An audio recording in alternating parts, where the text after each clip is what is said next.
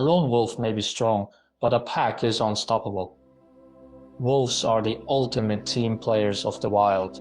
Their survival depending on intricate social bonds, razor-sharp communication, and coordinated hunting strategies that have been perfected over millennia. More than just a family, a wolf pack operates like a single organism, each member playing a vital role, from the alpha leaders to the youngest pups. But how do they maintain such flawless teamwork? What unseen signals guide their hunts? And what can their complex social structure teach us about leadership, loyalty, and survival? Today we pull back the curtain on wolf pack dynamics, revealing the hidden rules that govern their world. Chapter 1: The Social Hierarchy. More than just alphas.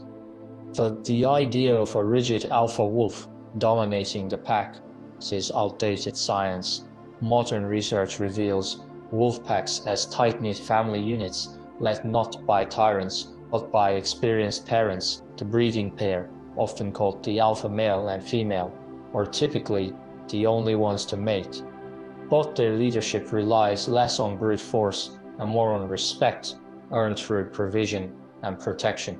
Beneath them, the pack structure is fluid. Yearlings help care for new pups, while older siblings may disperse to form their own packs. Even omega wolves, the lowest-ranking members, play crucial roles, diffusing tension through playful submission and keeping the peace. Conflicts are rare. Wolves rely on body language more than violence, with subtle cues like ear position, tail height, and even facial expressions, communicating rank and mood.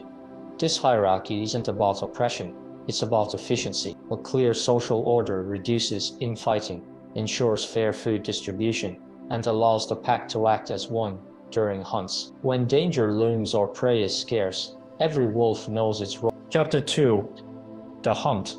Coordination. Like clockwork. A wolf pack's hunt is a masterpiece of strategy. Unlike solitary predators that rely on speed or stealth, wolves use teamwork to take down prey much larger than themselves. Their tactics vary by terrain and target. In open areas, they may test a herd for weaknesses, while in forests, they ambush with precision. Key to their success is role specialization. Stronger wolves charge head-on, while faster ones flank from the sides. Some act as drivers, herding prey into bottlenecks, while others wait to deliver the final strike. They communicate silently during the chase. A flick of the ears or a shift in gait can redirect the entire pack's focus. But the hunt doesn't end with a kill. Wolves adhere to strict feeding rituals. Pups eat first, followed by the breeding pair, then others based on rank. This isn't just fairness, it's survival logic. Ensuring the young and leaders are nourished guarantees the pack's future. Chapter 3: The Language of Wolves. Howls, growls, and ghostly calls. Wolves communicate in layers. Their iconic howls are just the tip of the iceberg. A single howl can carry over 10 miles, reuniting scattered pack members or warning rivals to stay away.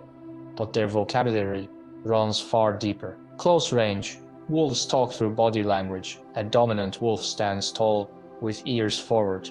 A submissive one crouches, licks jaws, or rolls belly up. Even play has its own grammar. The play bow front legs stretched, rear up, signals that any growls or nips are just for fun. Then there's scent. Wolves mark territory with urine, leaving messages about their health, status, and readiness to mate. To other packs, these markings are a no trespassing sign. To their own, they're a comforting beacon of home. Chapter 4: Lessons from the Pack. What wolves teach us. Wolves thrive not through individualism, but through collective effort. Their loyalty to the pack overrides personal hunger. A wolf will regurgitate food for pups or injured members. Their conflicts are resolved with minimal violence, and their leaders lead through service, not force. Human societies have much to learn from them. Wolves remind us that true strength lies in cooperation, that communication is the glue of community, and that every member from the boldest to the meekest has value. In a world that often prizes competition over connection, the wolf pack stands as a testament to the power of unity. Chapter 5: The Pack's Future. survival in a changing world. Wolves have endured ice ages and human persecution, while today's challenges test their resilience like never before. Habitat loss fractures their territories, climate change alters prey migration, and ancient migration routes now collide with highways and fences. Yet wolves are adapting in remarkable ways.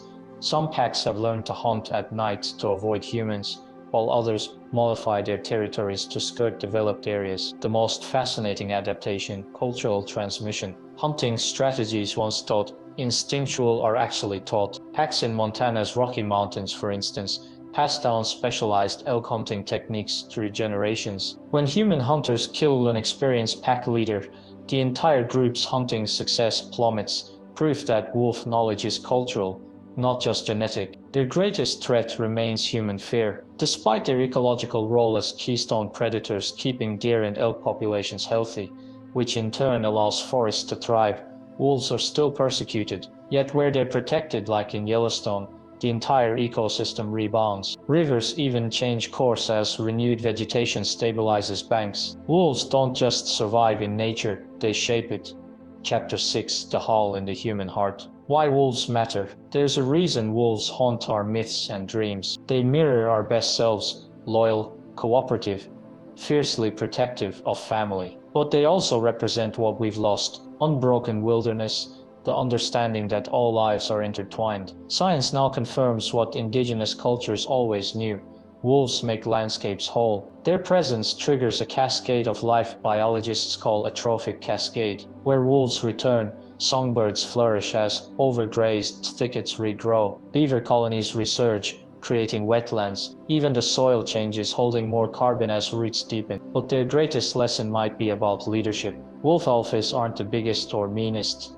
They're the wisest, the ones who feed the pups first and risk themselves to protect the pack. In an age of hollow dominance, wolves remind us that true authority comes from care.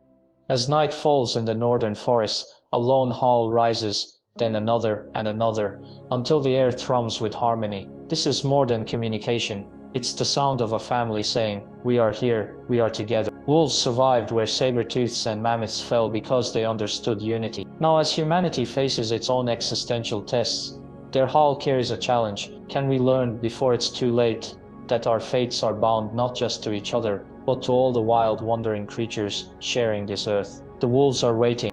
Thank you for watching. This was Long Discoveries presenting to you another video. If you liked the video, make sure to subscribe to the channel. See you on the next one.